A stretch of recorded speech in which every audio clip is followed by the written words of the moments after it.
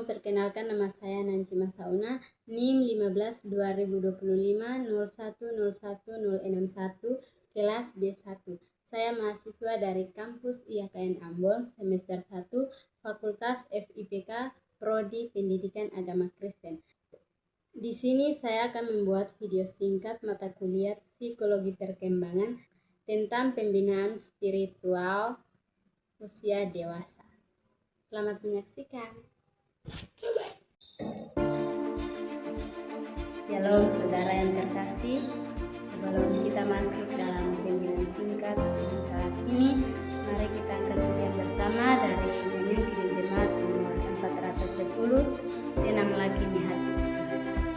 Tenanglah kini hatiku, Tuhan memimpin langkahku di tiap saat dan kerja tetap ku rasakan. Tuhanlah yang membimbingku, tanganku dipegang teguh, hatiku berserah penuh, tanganku dipegang teguh. Mari kita satu dalam Tuhan Yesus, kami bersyukur karena kasih-Mu bahwa kami datang dalam pembinaan hari ini. Kami percaya Engkau punya maksud dalam hidup kami, termasuk melalui pembinaan ini. Balah hati kami, hidupkanlah iman kami, dan mampukanlah kami menerima kekuatan-Mu. Urapilah kami dengan Roh Kudus-Mu, supaya firman ini menjadi jawaban dalam pergumulan yang kami hadapi. Dalam nama Tuhan Yesus kami berdoa. Amin. Ayat yang menjadi dasar pembinaan kita saat ini yaitu Filipi 4 ayat 13, yakni segala perkara dapat kutanggung di dalam Dia yang memberi kekuatan kepadaku. Tema pembinaan kita yaitu tetap kuat di dalam doa dan di dalam Tuhan di tengah tekanan hidup. Saudara yang terkasih, hidup bukan perjalanan yang selalu mulus. Tidak semua hari itu penuh dengan tawa. Ada hari ketika kita ingin menyerah. Tidak setiap mimpi mudah dicapai. Seringkali harus melalui proses yang panjang dan melelahkan. Dalam dunia yang penuh tekanan ini, ada yang sedang berjuang dengan tugas perkuliahan, ada yang bergumul soal ekonomi, ada yang merasa sendirian jauh dari keluarga, ada yang kecewa karena harapan tidak sesuai dengan kenyataan, ada juga yang kehilangan semangat hidup, ada yang merasa tidak mampu, tidak layak dan tertunda. Bagaimana saudara merasa ketika jauh dari keluarga? Iya, tentunya kita kalau jauh dari keluarga pasti merasa kesepian, merasa sunyi, apalagi kita di dalam kos tinggal sendiri. Oh ya, tapi hari ini Tuhan mengingatkan kita melalui Filipi 4 ayat 13. Dia berkata, segala perkara dapat kutanggung di dalam Dia yang memberi kekuatan kepadaku. Ayat ini berkata, segala perkara dapat kutanggung bukan karena aku kuat, tetapi karena Dia yang memberi kekuatan.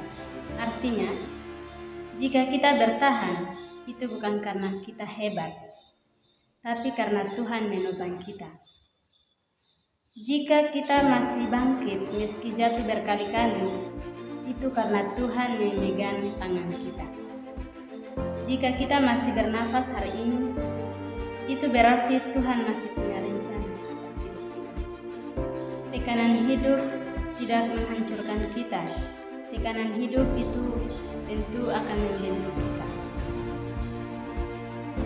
Ketika kita tidak punya apa-apa, kita belajar mengandalkan Tuhan dan mengandalkan diri sendiri. Ketika orang lain mengecewakan kita, kita belajar setia hanya kepada Tuhan. Ketika masa depan tidak jelas, kita belajar berharap kepada Tuhan.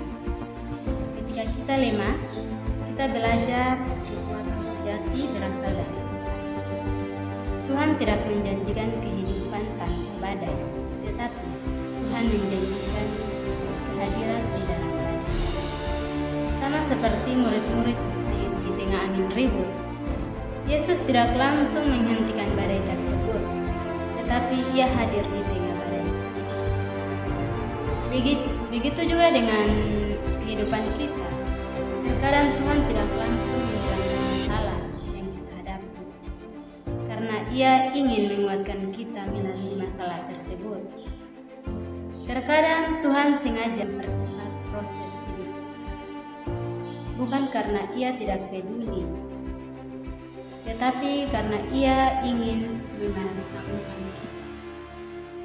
Yang mudah didapat mudah hilang, yang diperoleh melalui proses akan bertahan selamanya. Jangan iri melihat orang lain tampak cepat berhasil. Setiap orang berjalan dengan jalan dan waktunya masing-masing.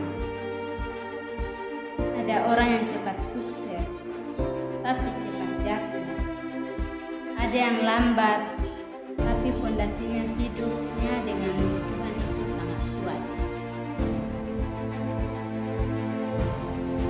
Saudari mungkin merasa lambat, bukan berarti saudara gagal. Saudara juga mungkin merasa tertinggal, bukan berarti Tuhan meninggalkan saudara. Selama saudara tetap berjalan bersama Tuhan, saudara tidak pernah terlambat. Kalimat paling berbahaya dari iblis bukan Tuhan tidak ada. Kalimat paling berbahaya dari iblis adalah iblis itu selalu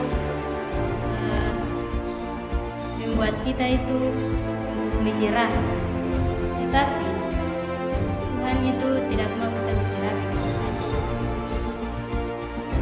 Iblis tahu jika saudara berhenti, saudara tidak akan melihat rencana Tuhan sampai selesai. Karena itu jangan menyerah. Air mata saudara bukan tanda kelemahan, tetapi tanda saudara masih berjuang. Rasa lelah bukan berarti saudara tidak mampu, tetapi bukti dari saudara sedang menghadapi proses yang sangat besar. Ingat, kalau Tuhan mengizinkan proses, itu berarti Tuhan menyiapkan hasil.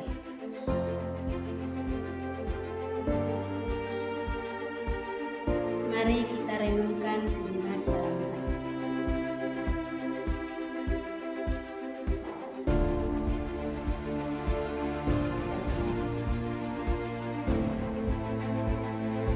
Saudara, di sini saya mau bertanya, melalui firman hari ini, apa pesan Tuhan yang paling menyentuh hati saudara?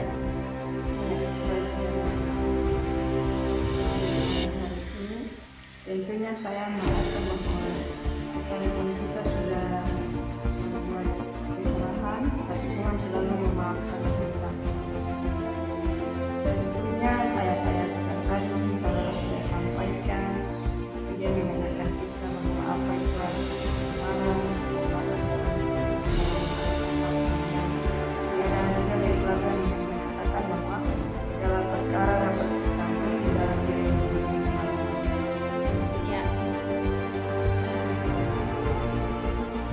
Baik, Tuhan menjawab pertanyaan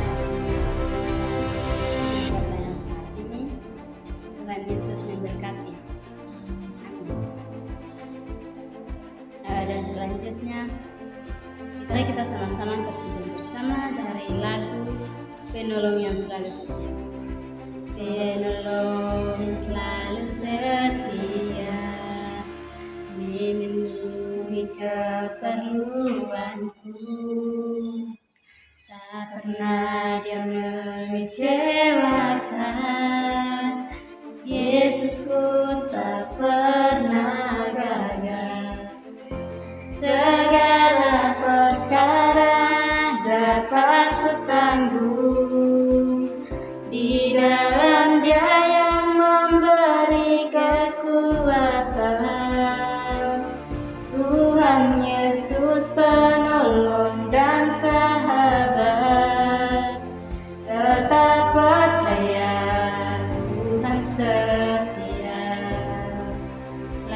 mengingatkan bahwa janji Tuhan akan digenapi pada waktunya. Mari kita satu dalam doa. Tuhan Yesus, terima kasih karena Engkau berbicara kepada kami. Engkau mengetahui setiap pergumulan dan kelelahan hidup kami. Ajari kami untuk bersabar kepada Tuhan dan pada keputusan kami. Ketika kami ingin menyerah, ingatkan bahwa Engkau. Ketika kami rapuh, kuatkan kami. Ketika kami lemah, Tuhan mengajarkan kami. Dapat jelas Tuhan kami,